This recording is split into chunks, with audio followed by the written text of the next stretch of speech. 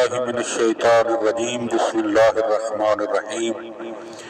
مولا کائنات حضرت امیر المومنین علی ابن ابی طالب علیہ السلام کے مجموعہ کلام نہج البلاغہ کے تیسرے باب کا 411 نمبر فرمان۔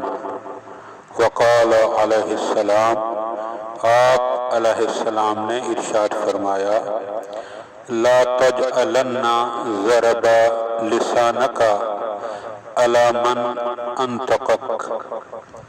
مولا فرماتے ہیں جس ذات نے تمہیں بولنا سکھایا ہے اسی کے خلاف اپنی زبان کی تیزی صرف نہ کرو، استعمال نہ کرو۔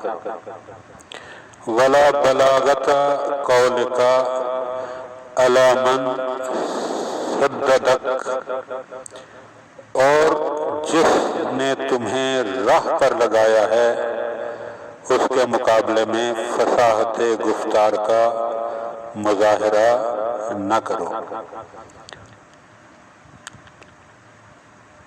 سرکار امیر المومنین علیہ السلام کا مختصر قول ہے اور شاید اس کی وضاحت کی بھی ضرورت نہ ہو، کیونکہ انسان کو کبھی بھی احسان فراموش نہیں ہونا چاہیے۔ جس ذات نے بولنا سکھایا ہے ظاہری طور پر انسان کے والدین ہیں، جو انسان کو کی زبان پر کنٹرول سکھاتے ہیں اور اسے بات کرنے کا طریقہ و سلیقہ سکھاتے ہیں۔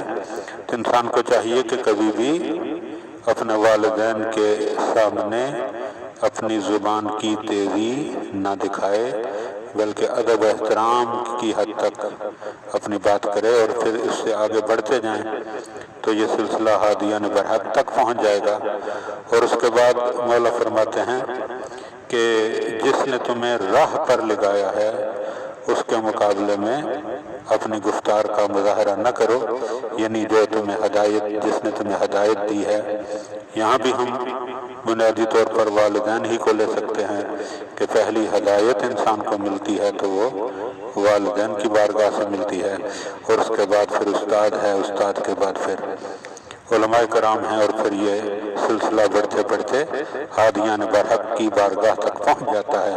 لہذا انسان کو چاہیے کہ ہر موڑ پر اپنی زبان کو کنٹرول میں رکھے تاکہ کہیں ایسا